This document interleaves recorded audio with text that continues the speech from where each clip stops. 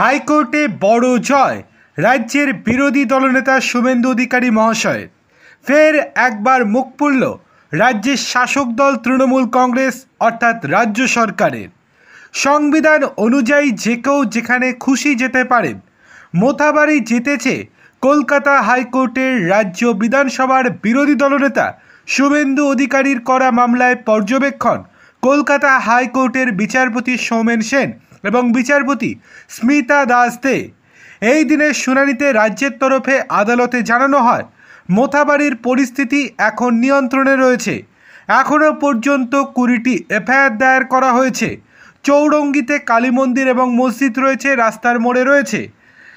পরিস্থিতি অন্যরকম হতে পারে। আবেদনকারীর তরফে আইনজীবী বলেন, আবেদনকারী জেড ক্যাটাগরির নিরাপত্তা পান, অর্থাৎ শুভেন্দু অধিকারী জেড ক্যাটাগরির নিরাপত্তা পান।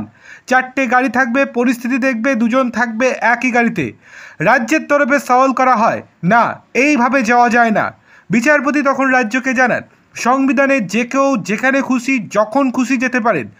মামলাটির মৌখিকভাবে রায় দিয়ে দিয়েছে আদালত। বিচারপতি আরও জানিয়েছেন যে শুভেন্দু অধিকারীর ওখানে যেতে কোনো রকম কোনো সমস্যা হবে না।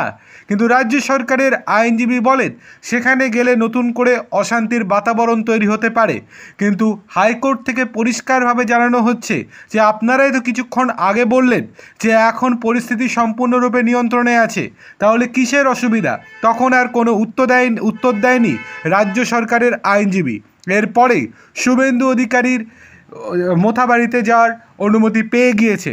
সুতরাং এর থেকে পরিষ্কার যে হাইকোর্টে আরও একবার ধাক্কা খেল রাজ্যের শাসক দল তৃণমূল কংগ্রেস।